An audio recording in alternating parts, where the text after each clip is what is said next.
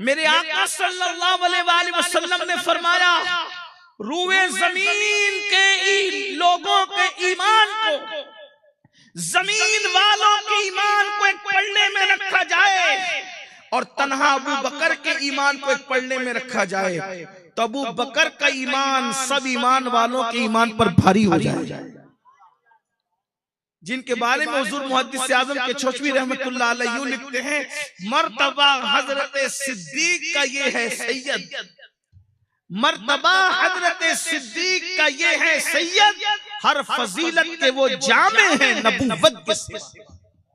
آقا ارشاد فرماتے ہیں اگر میں کسی کو اپنا خلیل بناتا تو ابو بکر کو اپنا خلیل بناتا۔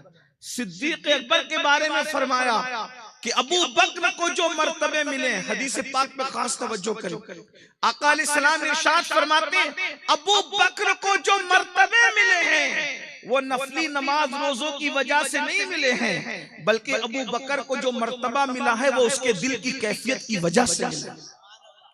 اور وہ دلوں کی کیفیت کیا تھی، وہ تعظیم اور احترام کا عالم کیا تھا؟ تو بزرگان دین لکھتے ہیں کہ صدیق اکبر جب یہ آیت نازل ہوئی لا ترفعوا اصواتکم فوق صوت النبی کہ میرے نبی کی آواز پر اپنی آواز کو اونچی مت کرنا، تو صدیق اکبر اپنے منہ میں اپنے زبان پر کنکر پتھر رکھ کر بارگاہ رسالت میں آتے تھے تاکہ جب منہ میں پتھر رہے گا تو بات کرنے کی نوبت ہی نہیں آئے گی، اور اگر بات کرنے کی نوبت بھی آ گئی تو آواز زیادہ اونچی نہیں نکلے گی اور بے ادبی نہیں ہوگی۔ یہ صدیق اکبر رضی اللہ تعالیٰ عنہ کا انداز تھا۔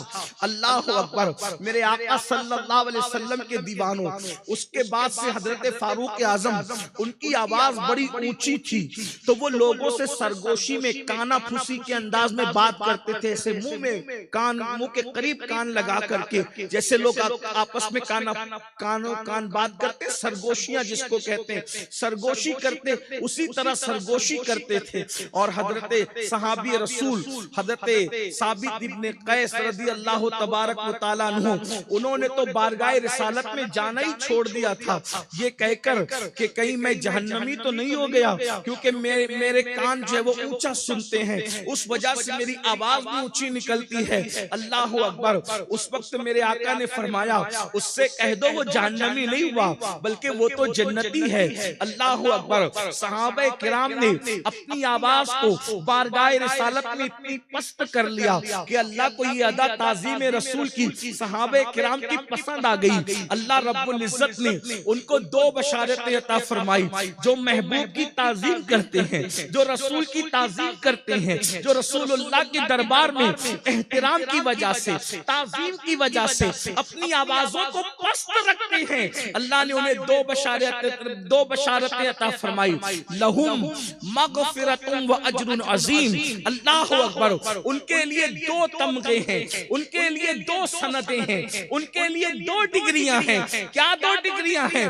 لوگ کہتے ہیں تعظیم سے کیا ہوتا ہے، وہ تو اپنی طرح انسان ہے، وہ تو اپنی طرح بشر ہے، وہ تو یہ ہے، وہ تو وہ ہے، وہ تو بکریوں کا دودھ دوتے تھے، اس سے بڑھ کر وہ کیا ہے، وہ تو ہماری طرح بازاروں میں چلتے تھے، اور اس سے زیادہ وہ کیا ہے؟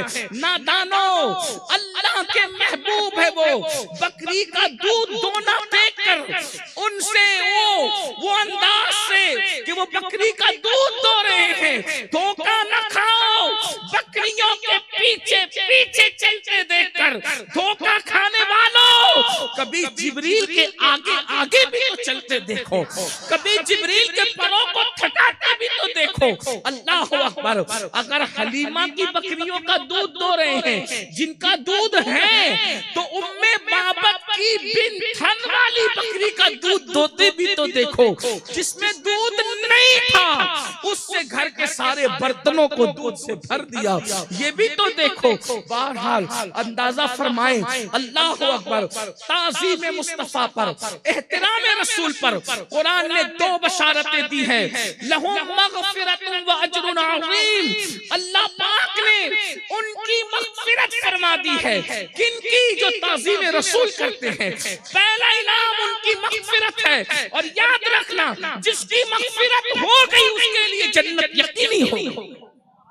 حضور کی تعظیم پر جنت کی بشارت میں کیا ان کے لیے مغفرت ہے، اور نمبر 2 اجر عظیم، بہت بڑا اجر ہے۔ اللہ کا اجر، اللہ کا کی طرف سے دیا ہوا اجر عظیم کیا ہے؟ بھائی جس کے قلیل کی حد لوگ تلاش نہ کر سکیں، اس کے عظیم کی حدوں کو کہاں ڈھونڈنے جائیں؟ اللہ تعالیٰ فرماتے ہیں قل متاع الدنیا قلیل، کہہ دو کہ یہ دنیا بہت چھوٹی سی ہے۔ کون کہہ رہے؟ اللہ فرماتا ہے دنیا چھوٹی ہے، قرآن کہہ رہا ہے دنیا چھوٹی ہے۔ یہ چھوٹی دنیا کون سی ہے؟ جس میں سمندر ہے، جس میں 7 آسمان ہیں، جس میں ستارے ہیں، اربوں خربوں سیارے ہیں، زمین ہے، اتنی بڑی دنیا اللہ کا قرآن کہتا ہے بہت چھوٹی۔ تو جس قرآن نے دنیا کو چھوٹی کہا وہ آپ کے نزدیک اتنی بڑی ہے، تو جسے قرآن اجر عظیم کہتا ہے وہ کتنا بڑا ہوگا؟ اور وہ اجر عظیم مل کس کو رہا ہے؟ وہ رسول اللہ کو کی تعظیم کرنے والوں کو مل رہا ہے، وہ حضور کا احترام کرنے والوں کو مل رہا ہے۔ اسی لیے ہمیں چاہیے کہ ہم اپنی اولادوں کو، بیٹیوں کو، بیٹوں کو اللہ کا نام ہماری زبان پر آئے تو دیکھنے والے کو بھی لگنا چاہیے کہ اس کی گردن احترام سے جھک گئی ہے، اس کی گردن تعظیم سے جھک گئی ہے، اس پر خشوع و خضوع کی کیفیت طاری ہو گئی ہے۔